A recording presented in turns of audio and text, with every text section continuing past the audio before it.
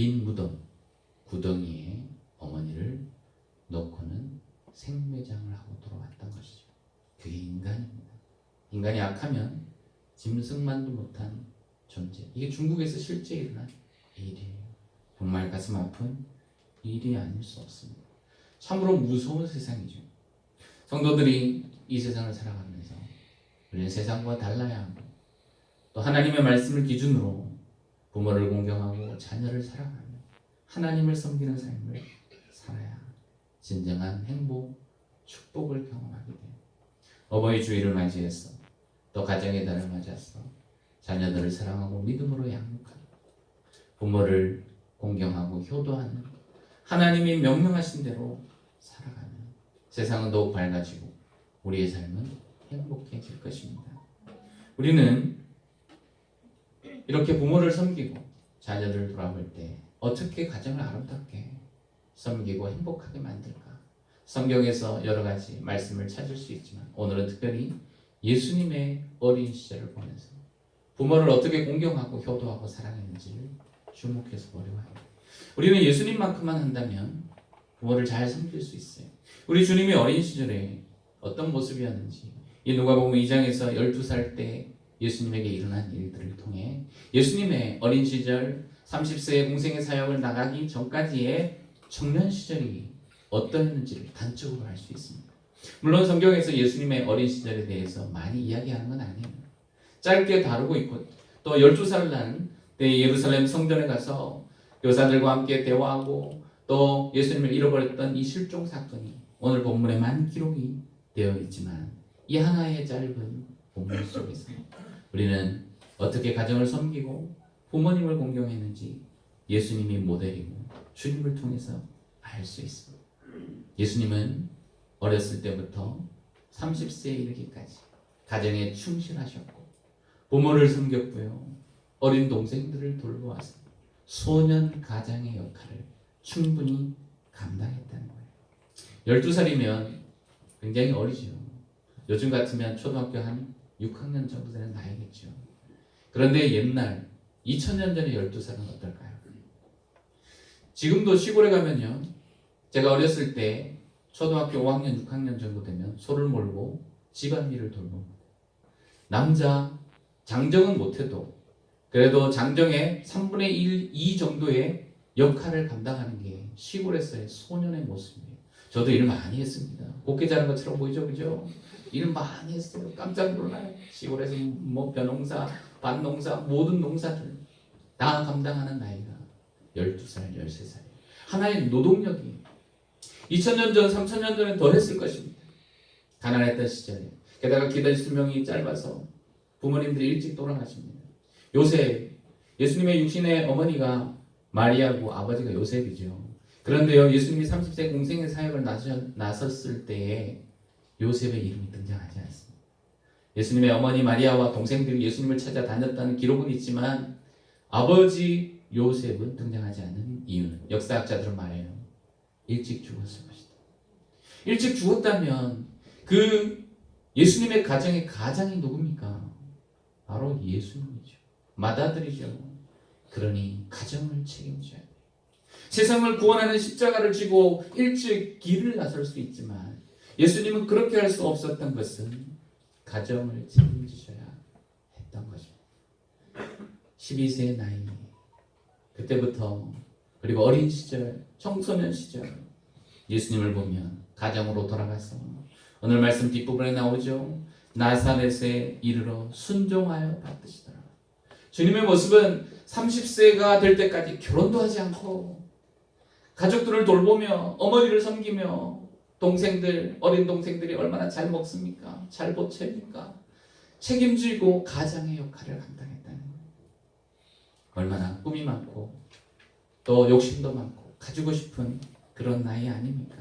그런데 주님은 이 젊은 시절을 온전히 가정을 위해서, 자녀들을 위해서, 또 동생들을 위해서, 자녀들은 아니죠. 동생들을 위해서, 가족들을 위해서 헌신하는 삶을 사셨던 거예요.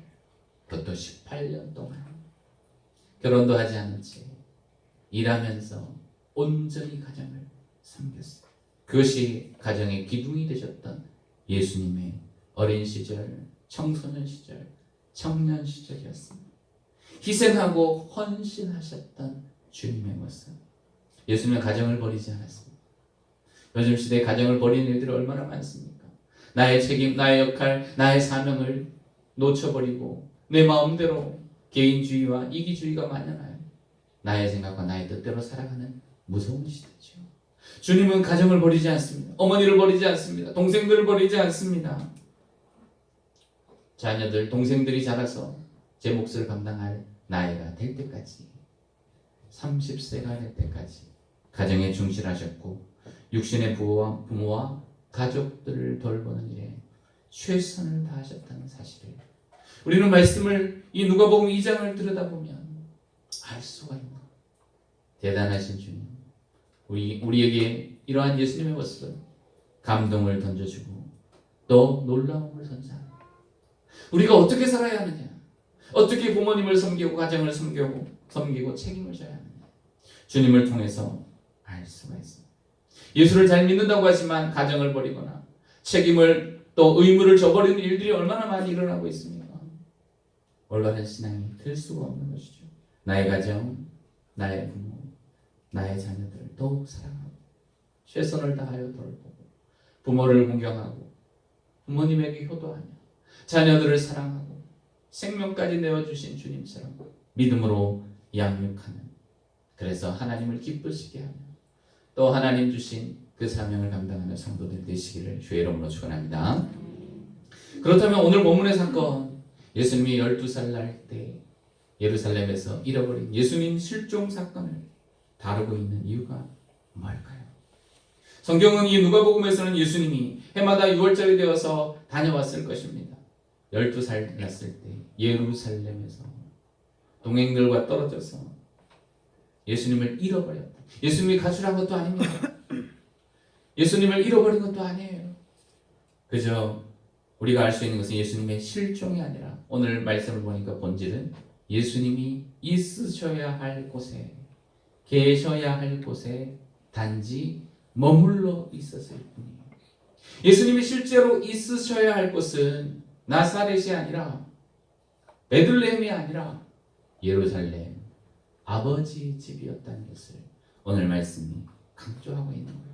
그럼에도 불구하고 주님이 계셔야 할 곳은 예루살렘이고 져야 할 것은 십자가고 부활해서 하늘나라로 올라가셔야 될 주님이 12살부터 그리고 또 30세 이르기까지 꿈많은 어린 시절, 청소년 시절, 또 가정을 이루고 행복해야 될 그 시절, 가정을 위해서 헌신하셨다는 사실을 강조하고 주님의 희생, 주님의 사랑, 주님의 놀라운 헌신이 돋보이는 장면이 오늘 본문이에요.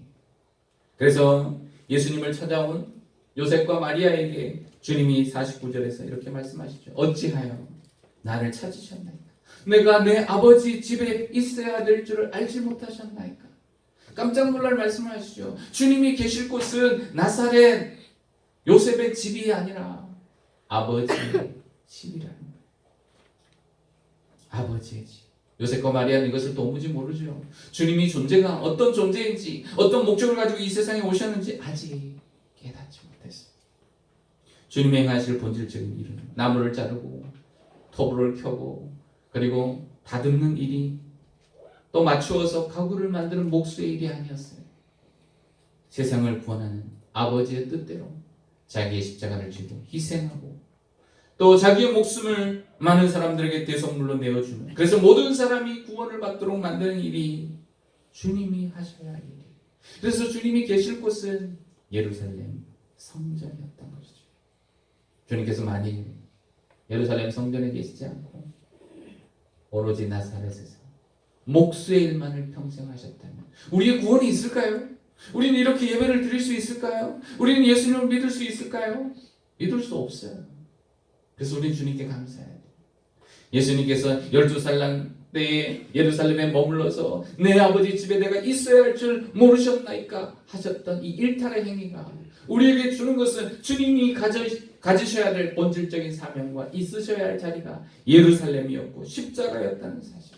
이제 30세가 되어서 3년 동안 예루살렘과 유대를 전역을 다니면서 십자가의 사역을 감당하셨던 일들이 얼마나 놀라운 일이고 감사한 일인지를 깨닫게 되는 것이죠.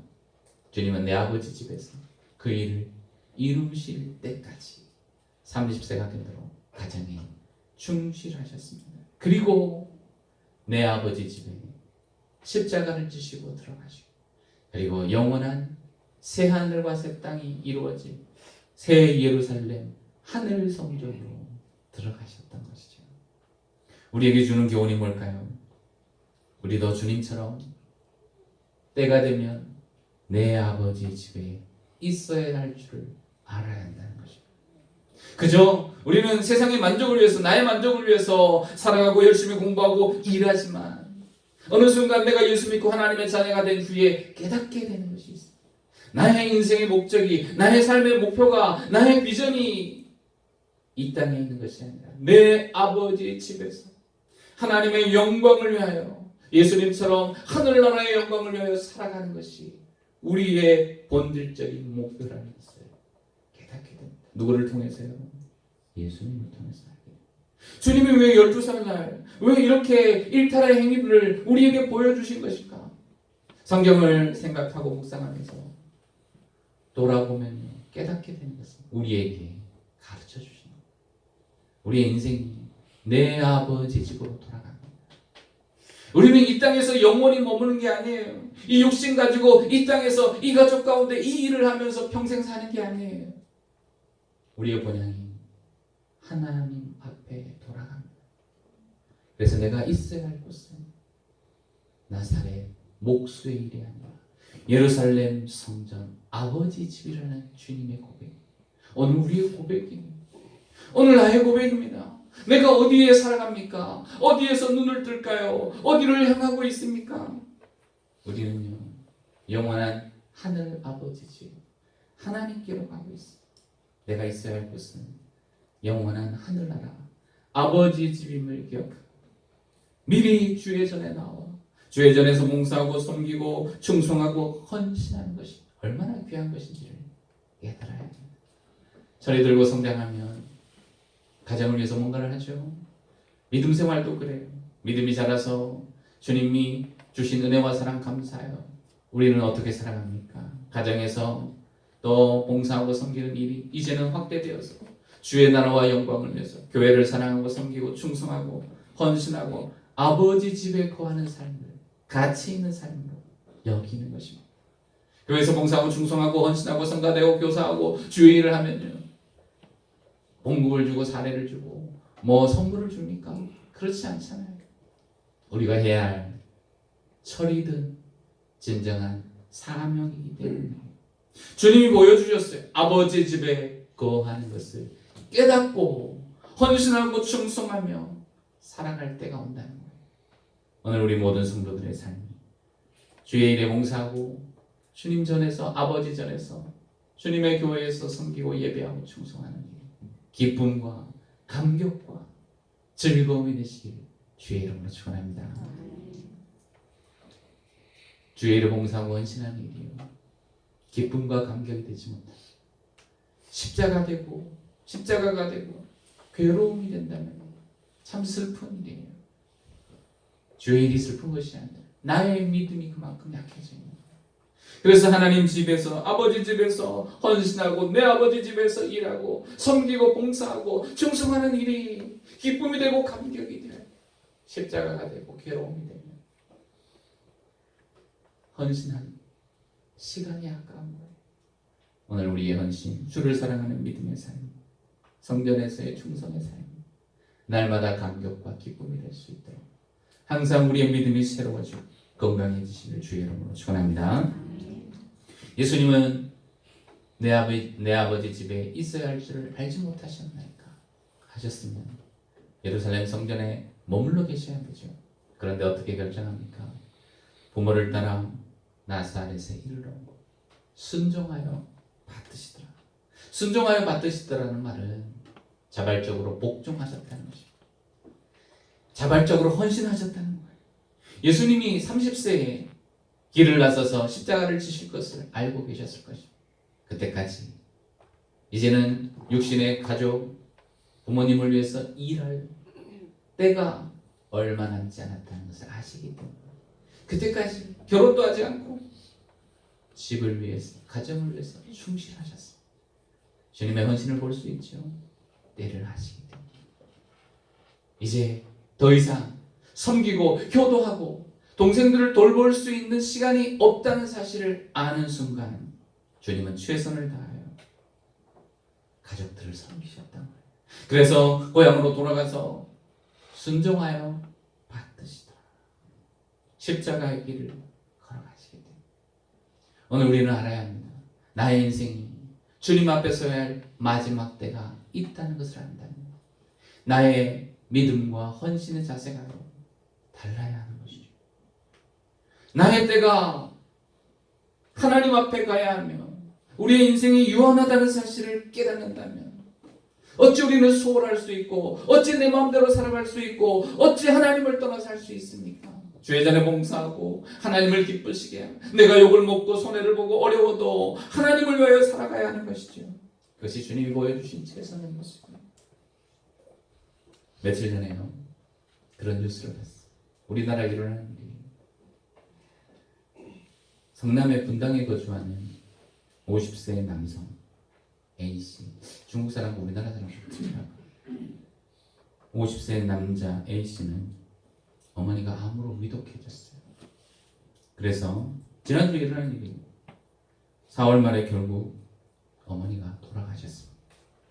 그러자 평소에 상담하고 준비한 대로 이 어머니가 돌아가시자마자 냉동을 시켜서 러시아의 회사인 크리오 아시아라는 장기 개발 전문 기업이 2019년 2월에 우리나라에 들어와서 런칭 서비스를 시작했습니다. 이 회사는 어떤 회사냐면요.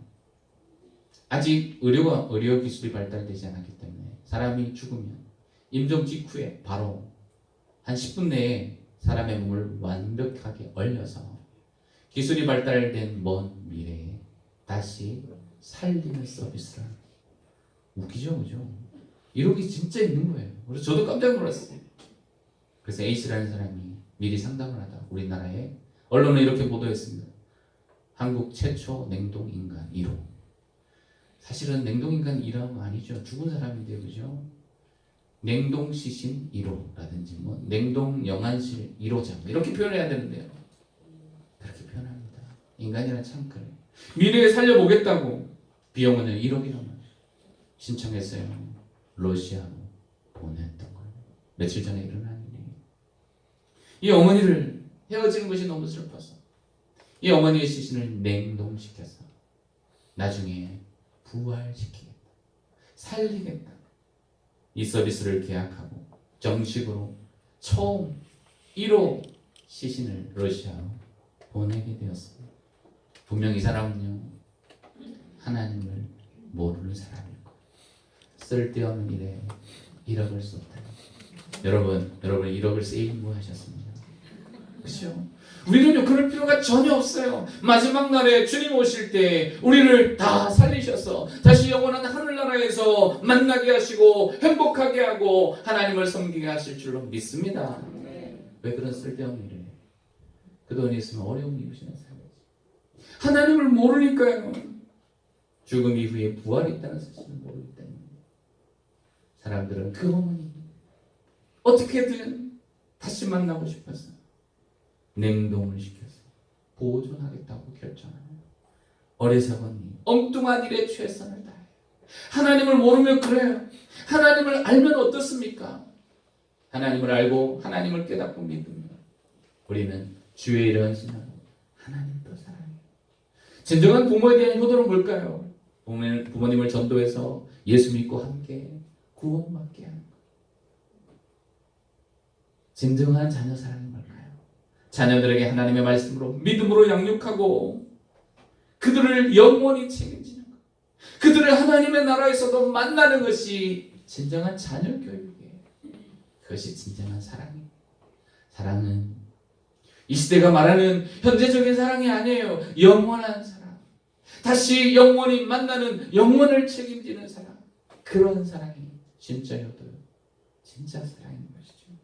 베드로전서 4장 7절부터 8절 보면 만물의 마지막이 가까웠으니 그러므로 너희는 정신을 차리고 근신하여 기도하라. 무엇보다도 뜨겁게 사랑할지 사랑은 허다한 죄를 담느니라.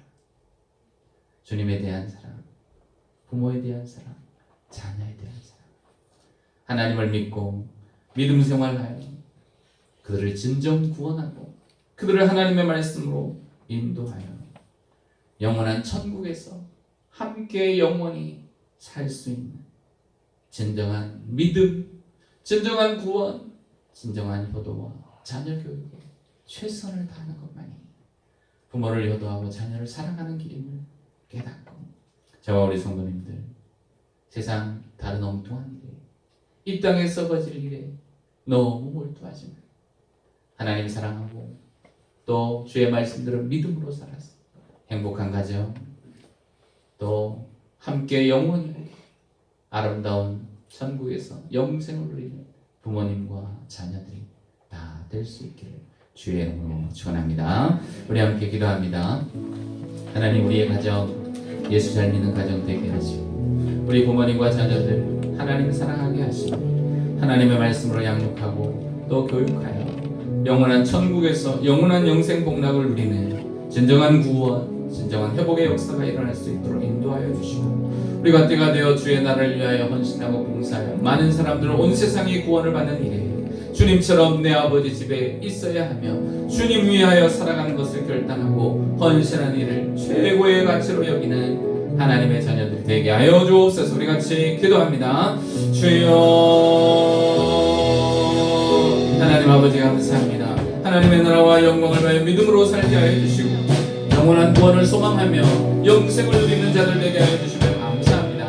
가정을 섬기고 이 땅에서 자녀를 돌보며 하나님 앞에 믿음 생활하며 아름다운 복음의 가정, 믿음의 가정을 이루는 것이 우리의 사명임을 믿습니다. 함께 천국에서 하나님 앞에 감사와 찬양과 영광을 돌리는 진정한 행복을 누리는 성도들 되게 하여 주옵소서. 이 땅에 썩어지는 것들, 이 땅에 잘못된 일에 매이지 아니하게 하시고 오직 하나님의 나라 영원한 가치, 영원한 구원을 책임지는 진정한 효도와 진정한 자녀 사랑이 우리 안에 가득 일어나게 하여 주시고 이를 위해 주신 사명 잘 감당할 수 있도록 역사하여 주시옵소서. 하나님 아버지, 많은 사람들이 이 세상에 참된 진리 또 참된 길을 걸어간다고 저마다 열심히 살아가지만 그것이 얼마나 헛된지 하나님의 말씀을 통하여 압니다. 오늘날 일어나는 수많은 죽음의 일들을 보며 코로나로 인해 또 다른 질병으로 인해 죽어가고 있는 것을 보고 죽음을 두려워하지만 우리 안에 있는 주의 영원히 죽어가고 있는 우리 속에 있는 질병, 고통, 슬픔을 바라보지 못하고 진정한 구원의 길을 찾지 못하는 어리석은 일을 범하고 있는 이 시대에 오늘 예수를 믿고 하나님의 자녀 되게 하심을 감사합니다. 부모님을 전도하여 효도하고 자녀들을 하나님의 말씀으로 양육할 수 있게 하시니 감사합니다. 주님처럼 가정을 섬기고 책임지게 하시고 또 부모를 공경할 수 있도록 동생들을 돌아볼 수 있도록 가족들을 섬길 수 있도록 인도하여 주옵소서. 또한 내 아버지 집에 있어야 할 것을 생각하고 자신의 사명을 이루시고 헌신하셨던 주님처럼 우리의 마지막 때에 일할 수 없을 때 헌신할 수 없을 때가 온다는 사실을 깨달아 주의를 헌신하고 사랑하며 섬기며 충성하며 그리하여 영생을 누리는 하늘나라에서 함께 기뻐할 수 있는 성도들이 되게 하여 주옵소서. 우리 교회 부모님들, 우리 교회 자녀들, 우리 교회 가족들 하나님이여 건강하게 하시고 행복한 믿음 생활로 날마다 승리하도록 은혜와 복을 내려 주옵소서. 이제는 우리 주 예수 그리스도의 은혜와 하나님 아버지의 크신 사랑하심과 성령님의 교통, 감화, 감동, 역사하심이 오늘도 가정을 주시고 또 자녀를 주신 부모님을 주신 하나님께 감사하며 주님처럼 섬기고 효도하고 돌보며 주의 사명을 온전히 감당하기로 다짐하는 모든 성도들 위해 가정과 자녀들, 부모님들 위해 이제로부터 영원토록 함께 계실지어다. 아멘.